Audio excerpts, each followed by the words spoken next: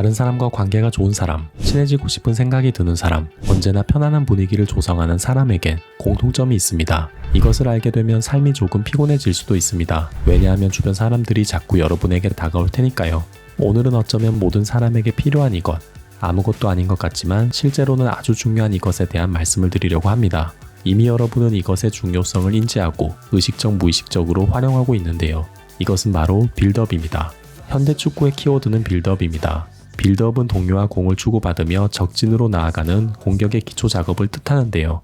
공격수뿐만 아니라 수비수, 심지어 골키퍼까지 빌드업을 잘하느냐 못하느냐에 따라 가치가 달라집니다. 빌드업은 축구 용어이지만 축구뿐만 아니라 일상생활에서도 수시로 볼 수 있어요. 이를테면 용건이 있어 누군가에게 전화를 걸 때 여러분은 어떻게 하시나요? 우선 인사를 하고 안부를 묻고 근황을 공유하죠. 그러다 대화가 어느 정도 무르익으면 용건을 말합니다.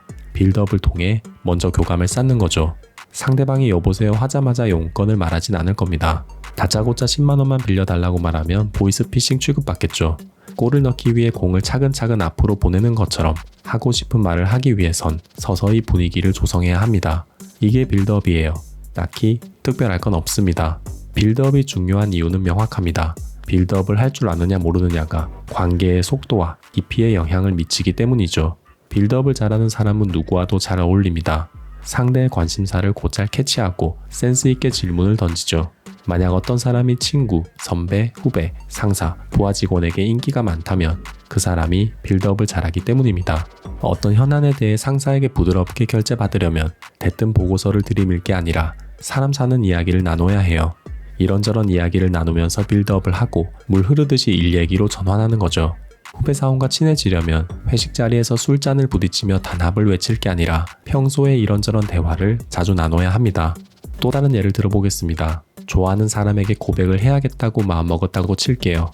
무슨 일이 있어도 내 마음을 전하지 않으면 안 될 것 같은 충만한 느낌. 하지만 둘 사이가 빌드업 되어 있지 않으면 어떻게 될까요? 상대는 여러분의 고백을 받고 당황을 금치 못할 거예요. 나는 그저 순수하게 진심을 전했을 뿐인데 자칫하면 상대가 나를 스토커 취급할지도 모릅니다. 자연스러운 만남을 가지면서 서로를 알아가는 과정, 빌드업이 빠져서 생기는 일이죠. 고백의 성공률을 높이려면 고백하기 전에 먼저 상대의 감정은행에 호감을 차곡차곡 입금해야 합니다. 쉽게 골을 넣을 수 있는 위치에 도착한 다음에 슛을 때려야 하죠. 멋진 폼으로 세게 차기만 한다고 슛이 들어가진 않습니다. 사람들은 이런 일련의 과정을 두고 아이스 브레이킹, 스몰 토크, 소통, 티키타카, 잡담의 힘이라고 부르는데요. 명칭은 다르지만 본질은 같습니다. 빌드업, 상대와 자연스럽게 친밀감을 쌓는 거예요. 이쯤에서 이런 생각이 드실 수도 있어요. 인간관계에서 빌드업이 중요하다는 건 알겠습니다. 하지만 저는 내성적인 사람이라서요. 동료들은 저와 대화하는 걸 어려워하고 저도 역시 마찬가지예요. 어떻게 하면 남들처럼 빌드업 할 수 있을까요? 걱정하지 않으셔도 됩니다. 타고난 기질과 성향에 관계없이 누구나 쉽게 빌드업 할 수 있는 간단하고 효과적인 방법을 말씀드릴게요. 일명 뭐해 전략입니다. 누군가와 긍정적인 관계를 다지고 싶다면 뭐해를 떠올리세요. 이를테면 이런 식이에요. 지금 뭐 보고 계세요? 어젯밤에 뭐 하셨어요? 주말에 어디 다녀오셨어요? 오늘 점심에 뭐 드실 거예요? 퇴근하고 뭐 하시나요? 표정이 밝아 보이는데 좋은 일 있어요? 방금 말씀드린 예시처럼 뭐해는 거의 무한대에 가까울 만큼 다양한 형식으로 변주할 수 있습니다. 상황에 맞춰 그때그때 근황을 물어보면 되는 거죠. 여기서 뭐해라고 묻기 전에 먼저 알아둬야 할 점이 있는데요. 뭐해 전략의 핵심은 상대에게 관심을 갖고 호기심을 품는 것이라는 점이에요. 상대에게 관심이 없으면 뭐해라는 말이 입 밖으로 나오지 않습니다. 상대가 뭘 하든지 말든지 나와 아무 상관없다고 여기면 말을 걸 생각조차 들지 않겠죠. 뭐해 방법을 제대로 활용하려면 상대에게 관심을 갖고 존중하는 마음이 깔려 있어야 합니다. 그 사람이 뭘 했는지, 왜 그러는지, 어떤 사람인지 궁금해 하십시오. 그럼 빌드업 할 수 있습니다. 여러분의 완벽한 패스를 받은 상대는 한껏 들뜰 거예요. 누구나 자신에게 호의를 건네는 사람을 좋아하니까요. 상대는 여러분에게 다시 공을 패스할 겁니다. 즐겁게 자신의 이야기를 풀어놓으면서 말이죠. 뭐해로 물꼬를 틀었다면 다음 대화를 이어나가며 차곡차곡 빌드업 하시면 됩니다. 빌드업은 한 번으로 끝나지 않습니다. 두 번째 빌드업은 첫 번째 빌드업보다 훨씬 쉬워요. 첫 번째 빌드업으로 정서적으로 가까워졌다는 느낌이 들면 상대에게 말을 건네기가 한결 수월해집니다. 그리고 첫 번째 빌드업에서 공유한 정보를 토대로 이야기에 이야기를 이어나갈 수 있죠.